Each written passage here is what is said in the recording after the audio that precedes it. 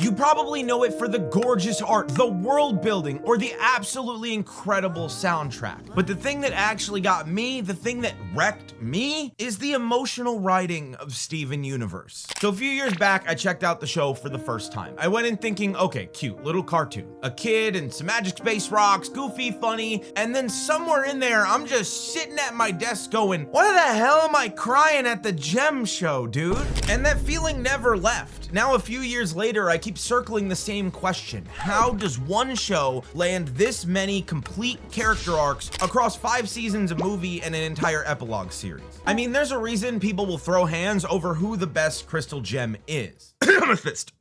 All right, what? But out of the whole cast, it's gotta be the title character who earns the most attention. And I wanted to actually sit down and chew on everything that Rebecca Sugar and the writers managed to pull off with him. Because at the end of the day, Steven is the emotional core of the show, and that is what made the feeling of the show so strong. So this is the emotional development of Steven Universe.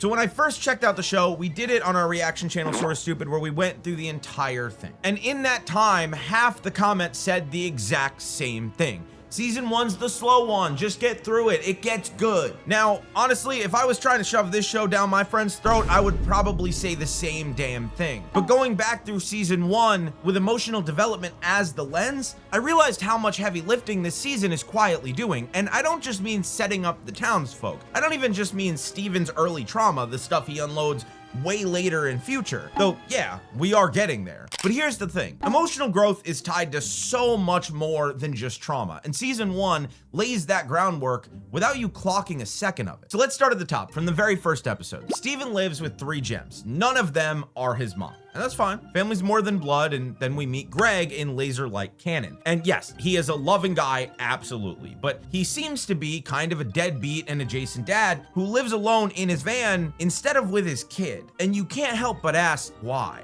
Now, look, we all know Greg loves his son to death, but he's barely around. He pops up only a handful of episodes across the first half of the season. And that's the whole point. Steven's main source of adult structure is 3 aliens who barely understand how humans function, let alone a human kid, let alone a kid in Steven's very specific situation. So it's honestly not shocking when Steven turns out the way he does. Excitable, loud, eager, stubborn as hell, and not exactly fluent in other people's boundaries. You see it everywhere early on. In Cheeseburger Backpack, he's desperate to tag along on a mission and prove that he belongs. In Together Breakfast, he burns an entire morning trying to herd the gems together just so that they can eat one meal as a family. These play as cute little lessons in responsibility and patience, but if you look closer, they cost him his safety, the company he's clearly starving for. And it isn't until Catfingers that Steven actually goes to his dad for help, because the gems had to put a mission over the literal child that they are supposedly raising. And yes,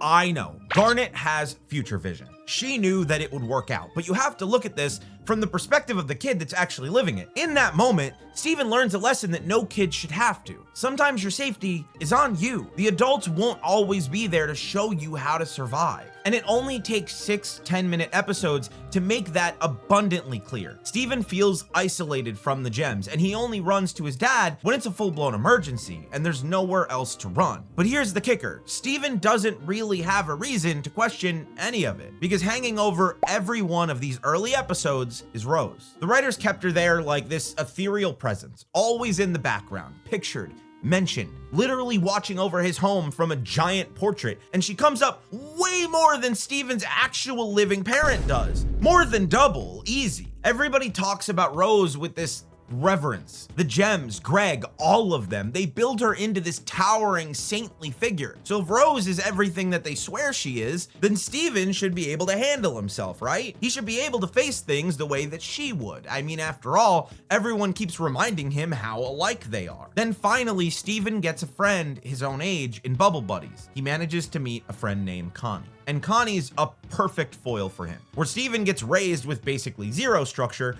Connie gets raised by very present, very overbearing, very strict parents, and she comes off way more mature than her age. But that strictness did its own number on her. Steven's a social butterfly because nobody has ever fenced him in. Connie is reserved and self-conscious because somebody fenced her in too hard. They balance each other out in ways that pay off more and more as the show goes on. But their friendship's only just starting here, so for most of season 1, Steven is still leaning on the gems for company. And the problem is, the gems need just as much emotional growth as he does. I mean, we could do an entire separate video on their arcs. Yeah, I'm talking about you, Pearl. But we're gonna stay in Steven's shoes today. In Giant Woman, Pearl and Amethyst can't get it together, as per usual. Steven's thrilled because he just found out that fusion exists, and honestly, hell yeah, dude, same! But the two of them can't fuse when it actually matters because they refuse to respect how the other one operates. And then Steven gets eaten by a giant bird, and suddenly they manage to pull it together and fuse so that they can save him. Which, fantastic. Except look at what that quietly teaches him. It takes Steven being in genuine danger to make his family get along. That is a nasty little precedent to set up.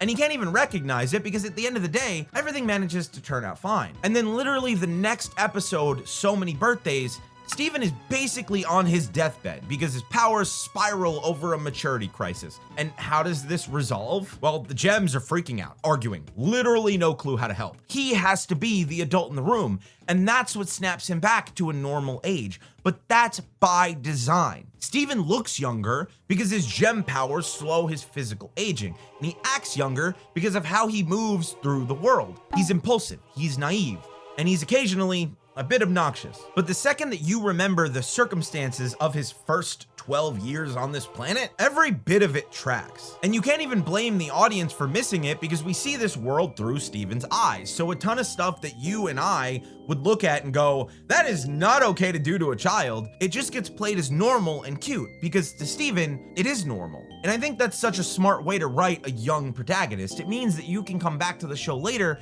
as he grows and slowly realize those happy-go-lucky days maybe weren't as sweet as he actually remembered them to be. Season 1 is not wall-to-wall plot, but it is packed with characterization and with quietly defining what Steven even thinks normal is. So that first quarter of season 1 does a quietly great job of 3 things. It shows Steven's isolation, it shows how he claws against it, and it plants the seed of Rose's grip on his entire life. By the time we hit Lars and the Cool Kids, she has been pictured or mentioned across a good chunk of the season already. Her compassion for all life is a principle Steven's been marinating in since day 1, but it gets cemented for us and for him in this exact moment. What do you know about my mom? I didn't even get to know my mom! With that one line, a wave of emotion crashes over the episode and soaks into the rest of the season. For the first time, we see the pent-up grief that has been quietly building in this kid who's only ever heard about his mother and never got to meet her. Giving up your life to bring another life into the world is not a small thing, and it's a choice Steven is painfully aware that he's the result of. So when Lars writes Rose off as weird, Steven plants his flag. He's gonna love all life, even the ugly stuff, even the cruel stuff. It's the start of a trend that follows him for the entire series. And then, fresh off this gorgeous, bittersweet episode about life, we get this. It's about waiting carefully for the perfect moment to trust.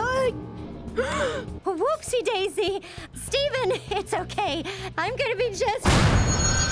Nothing like watching one of your pseudo moms get impaled mid-sentence while she's distracted by talking to you. And here's the thing. Yes, it gets explained to Steven pretty quick that this is normal. Gems just retreat into their gems when their bodies are wrecked. But he learns that after the fact. You ever hear those kidnapping prank videos telling someone, oh, it's fine actually, after their body has literally already gone through the trauma response? It doesn't unfire their nervous system, and we literally see the fallout a season later in Sworn to the Sword when Steven throws himself in front of Connie to protect her from Hollow Pearl, even though he knows they're perfectly safe. And speaking of protecting Connie, after Steven the Sword Fighter, we start seeing a whole lot more of Steven taking, or at least trying to take, matters into his own hands. Sometimes it's direct, like straight up trying to force his own powers to fix a problem. Sometimes it's indirect, like being the emotional cheerleader who keeps somebody in the fight. And it isn't just his inner circle either. In Ocean Gem, Steven takes the entire fallout of Lapis getting freed from the mirror, the whole ocean disappearing, onto his own shoulders. Connie and his family try to come with him, and despite all of them being right there, Steven still ends up facing Lapis alone, resolving the whole thing with his own words and his own power. By the time the first half of season 1 wraps, Steven has already gotten used to being everyone's emotional and physical support. Now, this works great as a narrative tool because it gets our supporting cast to open up and be more vulnerable. But what matters more is that the show doesn't treat it as only a tool. These are experiences that actually shape Steven and how he sees the people around him. Pearl and Amethyst each get 2 genuinely heavy episodes about their own inner garbage, and Steven is the one stuck witnessing it before he brings about the resolution. There's also The Test, which is a perfect little example of Steven having to clock the Gem's own insecurity about how they've raised him and then swallowing his pride to reassure them. Now, you'll notice every scene I've been playing is from the second half of the season. So where exactly do I mark the turning point for Steven? Up until the episode Mirror Gem, Steven's been balancing a totally age-appropriate level of self-centeredness with a growing awareness of everyone else's state. He's lonely, so he's always chasing company, but he's also developing this heavy sense of personal responsibility for the people around him. Then the mid-season 2-parter hits, and we get a development that genuinely changes the trajectory of his growth. You see, up till now, Steven's stubbornness has been about wanting on the mission roster and a kid's natural struggle to think past himself. But when he sees that the gem Pearl gave him is alive, trying to communicate, terrified of the gem, Steven plants his feet and stands against his guardians for the first time. And this whole sequence, from him trying to reason with them to physically shoving back against Garnet, to then immediately apologizing and bolting, it nails what it actually feels like to stand up to an adult as a kid. It's real. It's something a lot of people can feel in their gut, even without the whole magic space rock framing. Steven then unlocks a new ability here. Not a gem power, something way more human. The ability to ask the questions, draw his own conclusions, and push back on the authority figures in his life when those conclusions demand it. And it doesn't take long for him to put it to use. In the episode Warp Tour, Steven swears he sees something weird out on the warp, and when the gems brush him off, he makes damn sure they know how done he is with being talked down to. So between how much emotional babysitting Steven's doing for the gems and his slow building nerve to stand up for what he believes, despite the adults in the room, season 1 builds to a tense, satisfying 2-part finale that flexes basically every facet of his growth. He decides his presence is necessary to fight back against the gem forces that have shown up to finish off Garnet, Amethyst, and Pearl, which means defying not just the gems, but his own father, who is literally begging him to get to safety. And once again, Steven just throws himself into danger to protect his family. By the time the credits roll on season 1, Steven has gone through a brutal amount of growth, and almost all of it came from necessity. The lack of structure means he has to learn to take care of himself. The circumstances of his birth mean he has to take care of the emotional state of his still grieving family. And it all gets punctuated by an attack, vicious enough to make it crystal clear. A lot of danger is heading the gem's way, and the fallout from it is going to ripple through the entire rest of the series. So let's go look at that fallout. That's all. Good night, everybody. No! No! Guys, you know we're coming back tomorrow, right? No! The premiere of season 2 gets called a turning point for the entire series, mostly because it's all about the consequences of that massive finale. Rubble all over town, Steven's still rocking a black eye, and his dad has a pretty damn reasonable reaction to all of it. It tells the audience right away that the show isn't gonna just hand wave events like this, and Steven feels it too. He starts worrying about the mental well-being of the people he loves, Connie especially, now that he's clearly got a target painted on his back. So he tries to push her away, scared she'll either live in a constant state of fear or actually get hurt just for being near him. It's this little moment of self-awareness that lets Steven pivot from treating his gem duties pretty lightly to actually grasping how heavy things are about to get. In season 1, Steven wanting to belong with the crystal gems came from a super relatable place. A kid wanting a seat at the grown-ups table. Now, as season 2 kicks off, the focus shifts towards Steven struggling with his human side. Heading into Joyride, he opens up to the cool kids about getting hunted by people who see him as his mom, and how in a weird way he kind of feels like he is her. He's got her gem, plus there's what she's told him back in Lion 3, straight to video. And as Steven gets pulled deeper into gem missions, his powers start branching out in ways that set him apart even from other gems, just from the sheer variety of what he can do, which only ties him tighter to his mom. And that is not lost on him. He quietly internalizes it when Greg and Connie bond over being human beings, and he clutches his sword when he watches Connie and her mom patch things up at the end of the Nightmare Hospital. The moment he has to face all of this head on is Steven's birthday, the one where we finally learn that he's 14. Connie pulls Greg aside to process the reveal, and Steven overhears them admit that all they can really do is wait and see how he grows, Rose because nobody knows. And they bond again over being human beings. Terrified of staying a kid forever and getting left behind by Connie, Steven forces himself to grow up through shapeshifting, which then violently backfires and snaps him all the way down to an infant. But while Connie is taking care of him, he gets to see it. The human in his life still love him deeply, and they are not going anywhere, even if his gem side sets him apart. And in the middle of all of his own stuff, Steven is still on emotional cleanup duty for the gems. He watches Pearl, who still sometimes blurs the line between Steven and Rose, badly betray Garnet's trust and cry for help, which then dumps him right into the position of having to bridge that gap between the two of them over the course of 5 episodes. The gems are so unmoored without Rose, the one who used to hold everyone together with her love, that they end up leaning on Steven to spark change in them. And over time, the gems do learn to grow and change on their own, which actually feeds into the conflict in future. But we'll loop back to that when we get there. In the episode Catch and Release, Steven is the one who breaks from the gems and decides to give Peridot a chance, which leads him to actually communicating with her and then earning her trust. She is the first new gem on Earth that Steven takes responsibility for. And in return, Peridot is Steven's first real exposure to a Homeworld gem's perspective. He cops her prejudice against Pearl, her rigid assumptions about what gems are even for, her total lack of connection to life on Earth at first. But the more time they spend together, the more he learns to actually connect with her and help her figure out what it means to be free of her own planet's expectations and then decide for herself what she wants to do with that freedom. And I think there is genuinely interesting contrast between season 1 and here. Early on, Steven knew the principles that his mom stood for, what the crystal gems were fighting for, but now he can actually articulate those ideas and then put them into practice himself. There's a level of maturity and awareness that just was not there at the start of the show. Coming up next Steven Universe. on Cartoon Network.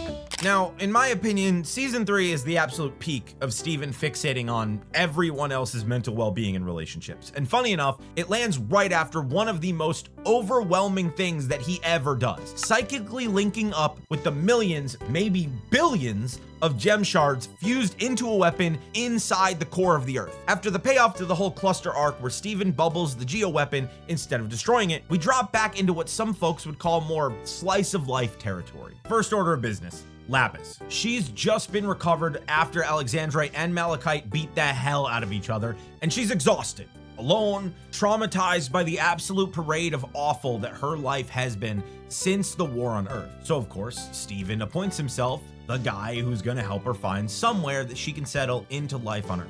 When the Grand Tour doesn't turn up anything that fits, and then Lapis warms to the idea of staying at the barn, conveniently right near Steven, a source of comfort, the next job becomes playing mediator so that she and Peridot can share the space, and Barnmates is actually a great example of how messy emotions are, and proof that Steven is not some infallible people whisperer. I don't want your garbage. The whole episode, Steven has to fumble through a bunch of different ways that you might try to reach someone who's been deeply hurt by another person and is under zero obligation to accept an apology. And in the end, Lapis proves that she's willing to give Peridot a shot anyways when the rubies roll up in their roaming eye and she thinks they're coming for her. So, okay. We all know one of this season's crown jewels. Nobody could take this video seriously if I didn't give real time to the episode Mr. Greg. This one is a fan favorite for a lot of good reasons. And it was a genuinely beautiful way to untangle the complicated mess between Greg and Pearl. What starts as a trip for just Steven and his dad turns into a group vacation the second Steven randomly decides to invite Pearl seemingly out of nowhere. But as it goes on and Steven overhears Pearl singing what's arguably the best song in the entire series, his real motive comes out. Up to this point, the tension between Pearl and Greg has been palpable, and it has not slipped past Steven. After Pearl pours her heart out on the balcony, Steven drags the two of them together to finally actually talk about their feelings, and more specifically, about his mom. And yes, the episode is about the Greg and Pearl stuff, but it is also a killer window into Steven's own growth. Everything he's lived through up to now has hammered that home. Honest communication usually beats bottling it up, which is deeply ironic when you watch the ending where the three of them drive home and Steven sits in the back seat, exhausted, quietly repeating the chorus of Pearl's song, "It's Over, Isn't It?" It's obvious the whole Greg and Pearl dynamic had been weighing on him for a very long time, especially because it was never about them just disliking each other. It was pent up feelings about his mom and by extension, about him. In my opinion, this episode is a key checkpoint in tracking Steven's emotional maturity. And funny enough, Mr. Greg kicks off a rapid-fire run of episodes that are almost entirely about mediation. The episode New Lars, Restaurant Wars, and Kiki's Pizza Delivery Service all have Steven dragging townsfolk through their relationship problems one way or the other. Restaurant Wars and Kiki's are pretty low stakes, but they're still a solid flex of the conflict resolution muscles that Steven has been building. The New Lars does that too, but it's also a much needed lesson in boundaries, and sandwiched right in the middle of all of this communication and honesty is Beach City Drift. It's not the antithesis of those lessons exactly, but man, is it strange to watch Steven internalize some seriously petty negative feelings and let Kevin live rent-free in his skull, especially compared to the actual villains that he has faced. It does track though, since the last time he ran into Kevin, he was fused with Connie. Once Connie helps Steven realize they're letting Kevin run their emotions,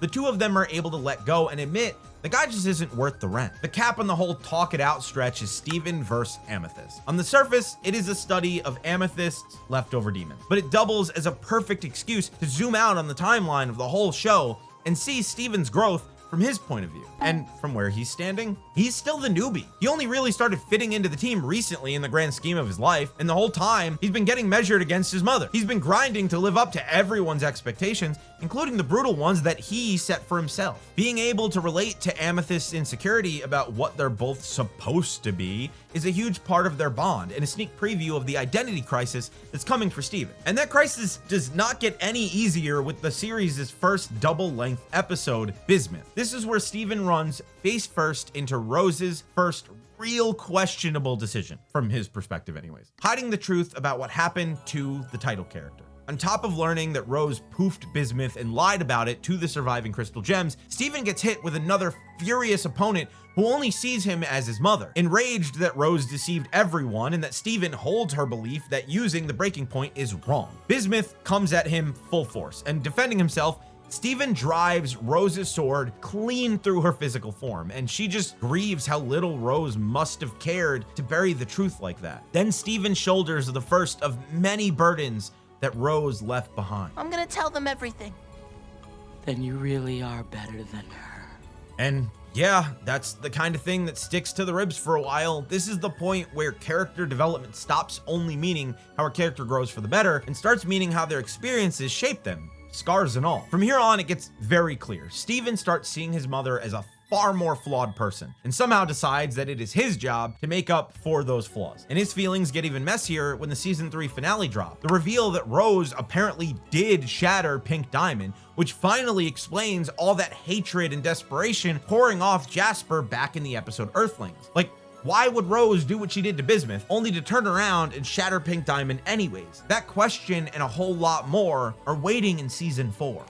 Steven! Steven! Steven! What?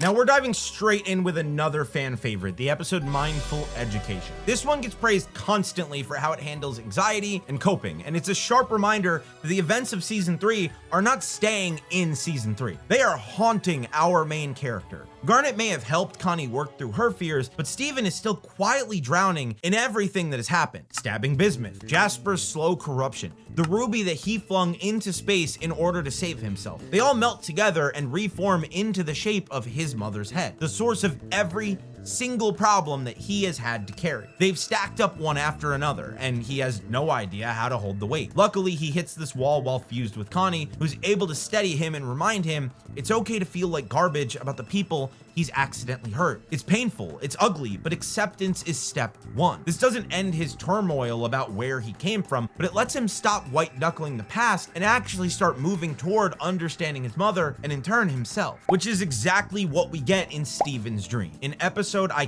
cannot help comparing to the episode Mirror Gem in the way that Steven plants his feet against his guardian. He dreams about a place drawn in Buddy's journal, this book full of ancient gem locations, and obviously he wants to go, hoping that it might finally crack something about his mom and what she did to Pink Diamond. But Garnet just flat out refuses, and Pearl barely says a word. So fed up that after all of this time, the gem still won't level with him about his mom's past, Steven finally just asks his dad to take him instead. He gets a tiny crumb of an answer through the grieving presence of Blue Diamond, but it costs him his dad, who gets kidnapped and shipped straight to Pink Diamond's human zoo.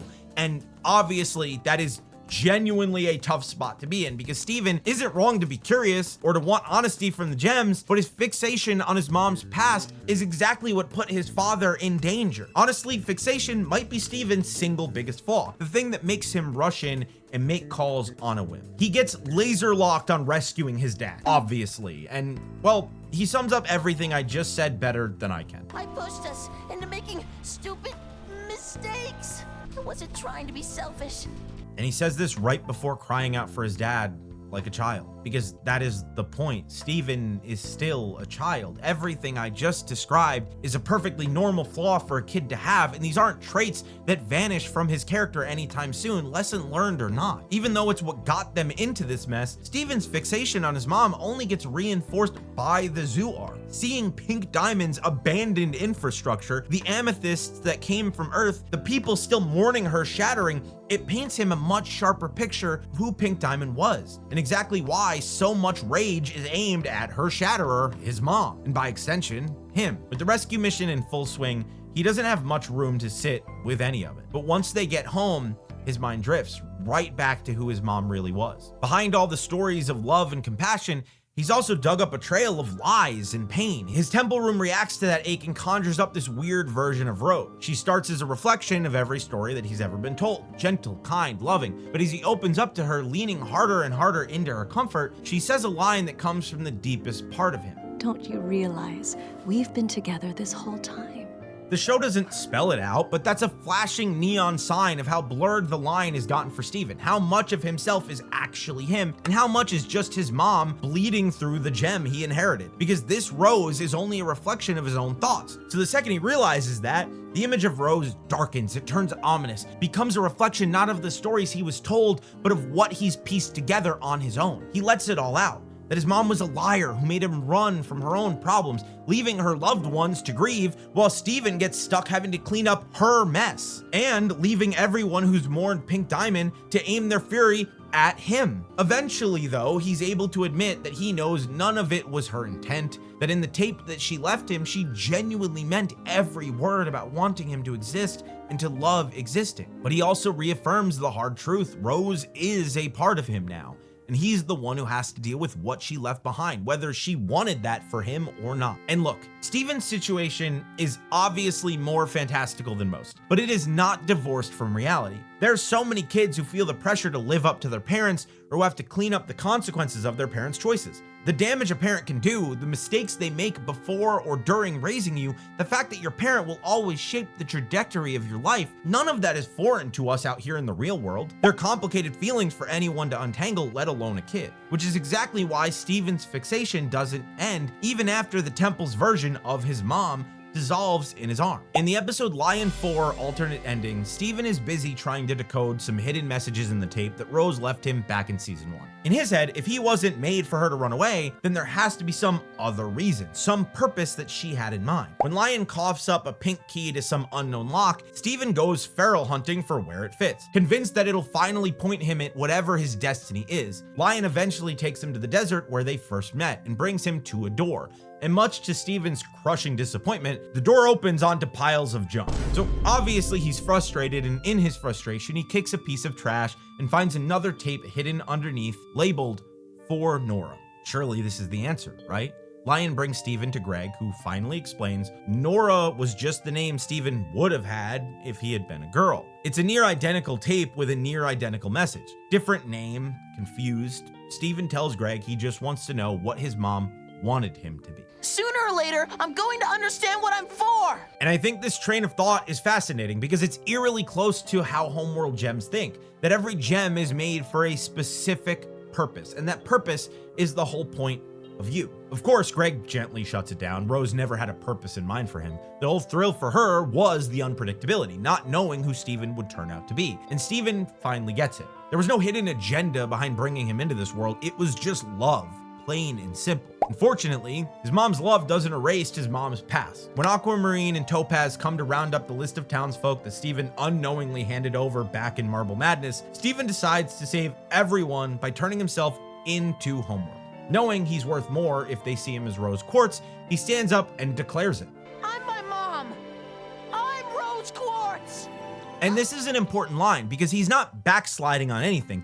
He has learned. He understands that his mom wasn't evil and that she just wanted him to be his own autonomous person. But from where Steven stands, he carries her gem, and she basically implied in that tape that she'd still exist inside of him. So by surrounding himself, he's using that autonomy to hand the diamonds what's left of his mom, hoping that it might end the assault on his home, or at the very least, that's his plan. We'll come back to that. Because if season 4 is where Steven interrogates who his mother was, season 5 is where he finally has to figure out who the hell he is. Garnet? Amethyst. Pearl. And me! So now that Steven is being hauled off to Homeworld, he's surrounded on every side by gems, reinforcing this rose quartz identity that he chose to wear. And on top of that, he keeps having to say it out loud. Yeah, he's doing it to stop Homeworld's attack on Earth, but there's something to be said about what even simple words can do to your head. We've already established that this kid has trouble drawing a line between Rose and himself. So when every gem in the room and Steven himself keep actualizing the story that he is Rose Quartz, I am Rose Quartz, and I'm guilty. there's definitely a slow poison there working on his complex, even if we don't see it land right away. Rose Quartz did it, and I've got her gems, so I'm the one who's gotta pay for this. So let's address the elephant in the room. Season 5 gets roasted for its, let's call it, questionable episode order in terms of what actually makes sense for the plot. We're gonna blame Cartoon Network here, but there are still some real gems to dig into while Steven hangs around Earth and his recently undeceased buddy chills in a dark cave on a strange planet. I mean, take Dewey Wins, which shows us how Steven handles changes in his own environment. Though that's something we'll really crack open in the future, more than that, there's this great little mini arc about Connie and how she's been doing since Steven turned himself in at the end of season 4. She's furious that he didn't even try to work the problem with her after all of their training, all their work, and she gets more furious when he keeps doubling down that he had to handle it solo because it was his fault. She tries to tell him that she was hurt by what he did that day, but he's just so locked into everyone's physical safety that he's completely whiffing on their emotional well-being and on how his choices landed on the people around him. The outcome was technically good, sure, but he's ignoring the steps that he took to get there. So Connie, reasonably, put some space between them, clearly wanting both of them to sit with their feelings. At least that's her intent. But Steven is so deep in conflict resolution mode that he can't give her that space, and he makes it worse by blowing up her phone trying to talk it out. In Gemcation, he has to learn to let go of a problem like this and let people come around on their own time. Then, after a few episodes of actually giving her room, he learns how to start the conversation the right way, which is, you know, just being honest and upfront instead of taking notes from a douchebag like Kevin. And this whole plot matters because it shows how easy it is for someone like Steven to dish out advice and manage other people's emotional drama while having literally no clue how to handle it when it's him and his best friend on the line, which is a spot I think a lot of people find themselves in, especially when they're young. Easier said than done is a cliche for a reason. And finally, it's time for the event that detonates straight into the finale of Steven Universe proper, a single pale rose, or well, the fallout of it. After the legendary Rose Quartz was Pink Diamond revealed, Garnet unfuses and Ruby and Sapphire are left reeling over what that might mean for their own relationship. Steven naturally pours all his energy into helping Sapphire process, and it's Amethyst, who doesn't even have the full context on Pink Diamond, who finally catches Steven alone while they're hunting for Ruby and asks him the question that nobody else thought to ask him. So,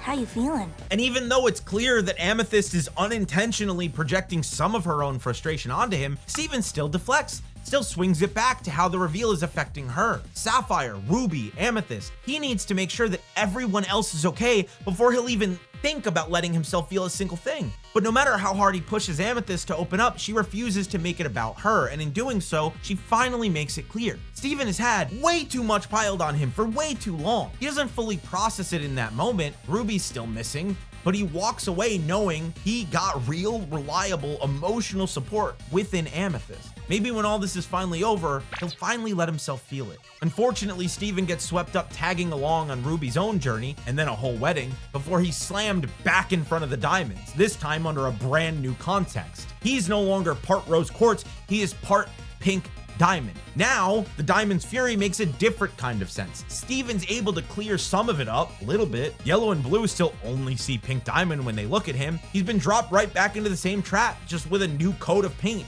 Familiar floats an idea that maybe wasn't obvious until now, that Pink Diamond is a far more relatable figure to Steven than Rose Quartz ever was, or at least the polished image of Rose that he was handed. Because Rose was elegant and strong, wise and witty, beautiful and loving. Pink Diamond, she was impulsive, he's naive, and a bit obnoxious, at least from the Diamond's point of view. Her choices were questionable, to put it kindly, but they never came from a place of malice. And while Steven's waiting on his audience with White Diamond, it clicks for him just how much his mother was like he was back in season 1. Not just the attitude, but the ache of it. How badly they both just wanted to be seen as equals by their own family. But while that realization gives Steven some confidence that he can get through to the Diamonds, here's the one essential difference he doesn't clock. Where Steven's life was loose and free-flowing, with room to grow on his own, which to be fair came with its own problem. Pink's world was structured to a suffocating degree. Her fellow Diamonds never gave her an inch to develop into her own person outside of forced isolation. So Steven can't get anywhere while the Diamonds still see Pink because they never let her express herself or respected her when she tried to step up. But when they try to pull the same thing on Steven, he's able to push further than Pink ever could because he isn't weighed down by their whole history of abuse. Plus, they're more vulnerable now. Having already lost Pink Diamond once, Blue is the first one he manages to crack loose from the delusion of what's normal. How many times did you lock her in here? How many times did you make her cry? But the second that Blue tries to help him as atonement, Yellow catches them and attacks her, terrified that if she doesn't, she won't measure up to White's idea of perfection. And Steven breaks down that wall too. If you just wipe away everything you see as flawed, you lose all the things that make you happy. He sees that the Diamonds loved Pink the same way the Crystal Gems loved Steven. The difference is that the Gems were unified under Rose, a leader who encouraged individuality, while the Diamonds looked to White, a leader who just projected her own impossible standards onto literally everybody else beneath her. So now Steven gets it. Cracking White is the key to bringing down the entire empire, so he talks to her. She understands. Oh, wait, she does the opposite. She feeds literally every insecurity he has ever had about his identity and burrows straight into his head. Honestly, she gets in the audience's head a little too. Her logic isn't totally unhinged. Steven does know things about his mom that he shouldn't. He tries to wave her off with what he wants to be true. And that powers just help him connect with people. But how can he know that? How can we, watching? White seems awfully sure, which is why she reaches in and just plucks Pink Diamond right out of him, leaving him a near lifeless husk that needs Connie just to move. Pink Diamond finally takes shape, but it isn't her. The form is Steven's, and this gem half, all raw, power, and blank, hollow expression, says the same thing every single person needed to hear this whole time, including Steven. She's gone!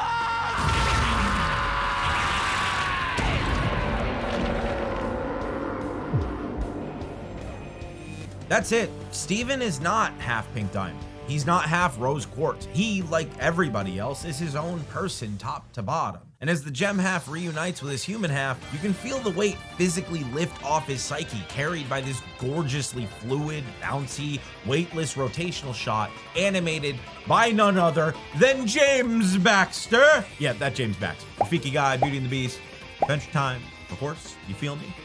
You feel me? It's not just fitting for the emotional climax of the series, it is essential to selling how huge this closure is for Steven's growth. And the look of pure, relaxed relief on his face as he lands the final verbal gut punch on White Diamond says it all. I am a child.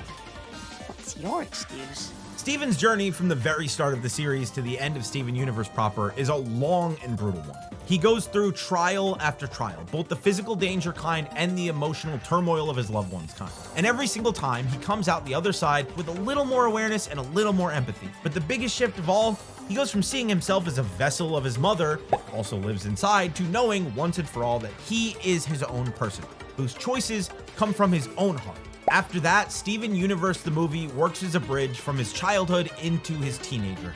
And as an unfortunate reminder that his mom's mistakes didn't just poof with the start of Era 3 and the fall of the Diamond Authority, but it's Steven Universe future that goes after something most shows like this never touch: the aftermath of saving the world. What's left for the hero once the dust finally settles? Future lays out the internal struggle it cares about right from the jump. Steven's been stuck in caretaker mode for so long that everything around him changing for the better has left him completely directionless. In the episode Guidance, he takes it on himself to reassign jobs to gems who already chose their own roles. and steamrolls Amethyst's idea to just let them figure it out. Like the idea itself was a problem that needed fixing. Not long after, in the episode Volleyball, it shows just how badly Steven is plagued by his compulsion to be the cure for every little problem, especially the ones that his mom left behind, whose lingering shadow is a constant reminder of everything that he was put through. And more, Steven is losing the things that used to give him purpose. His family is more emotionally stable and handling their own problems now. The townsfolk he used to kill time with, Lars, Sadie, cool kids, they're all moving on to new things, away from each other, shattering the dynamics that he'd built his entire life around. Change is already rough for a teenager. When your upbringing was as volatile as Steven's, twice as hard, maybe more. He never got the chance to build any reliable coping mechanisms, not while juggling being literally everyone's emotional support, protecting people from Homeworld, and growing up with basically zero structure. So now, as he starts to notice something wrong inside him, his attempts to deal with it are, well, they're just attempts. The episode prickly pear is Steven trying to build himself a new support system, but it's really just repression wearing a disguise. Desperate to avoid dumping his negative feelings on any actual person, he unloads all of it onto a cactus that he accidentally brought to life while gardening. But just like a real kid, the plant parrots back everything it hears from its parent, eventually blurting out the exact thoughts about the gem that Steven never wanted them to hear. From his point of view, negative feelings can only ever cause harm, so they should be locked away whenever possible. And I'm sure that has nothing to do with him spending his entire life as a receptacle for everyone else's feelings. No, of course not, definitely not. So gardening flops as a distraction. But hey, at least Steven still has Connie to lean on, whenever she isn't buried in college prep, that is. Even when he can't relate to other humans, he shared so many of his impossible adventures with her, and she just gets him. The problem is, Connie's dream college is far away from Steven, and it gnaws at him that she got this crystal clear vision of her future. Well, he has nothing. So he goes to Ruby and Sapphire for advice. Two gems so blinded by love that they cheer on the idea of him proposing to Connie, locking the two of them into each other's futures forever. Seeing a way to dodge his own directionless, Steven just goes for it, only to then get gently shut down by the rational one, Connie, who points out they are way too young and still need to become their own people first. He's devastated. He lies in a literal crater made by the weight of his own feelings. Every attempt he makes to cope just ends in more pain, probably because none of these solutions are even remotely healthy. And still, that doesn't stop him from bottling it. Naturally, his body starts physically rebelling against all that buried turmoil. And Connie insists he go see her mom for an actual medical checkup. The first of his entire life, by the way. Steven, who is desperate to write it off as his powers just glitching a little, reluctantly agrees. And when her mom takes his x-rays, we see for the very first time how much physical damage Steven's actually taken. His bones are riddled with rapidly healed fractures. I mean, physically, sure, he's fine, but psychologically, he's carrying the trauma of, well, everything. And then I got attacked by a giant bug monster, and I got trapped in a bubble and almost drowned.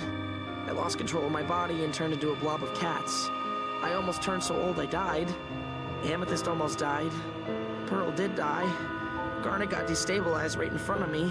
I woke up with a black eye imprisoned on a spaceship. Steven, this is serious.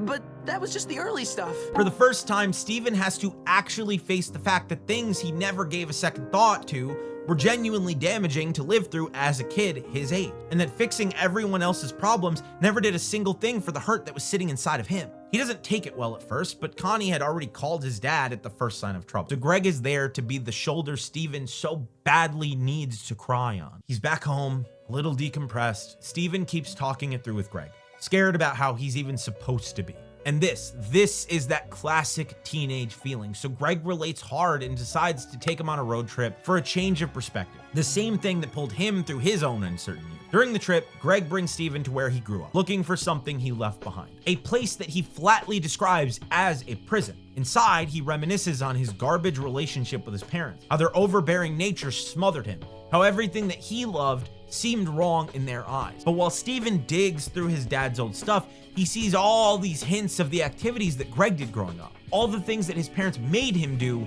instead of letting him chase music. And here's the gut punch. What Greg remembers as controlling and suffocating, Steven sees as caring, maybe even necessary. Having just come off realizing how traumatic his own childhood was, his resentment for how unstructured and unstable it all was finally boils over. Growing up in a van before the temple even existed, never going to a doctor, never going to a school, Steven gets furious at how much freedom he was handed as a child because, frankly, it was too much for someone of that age. And even after that rage gets him to crash the van, Greg keeps parenting the only way he knows how.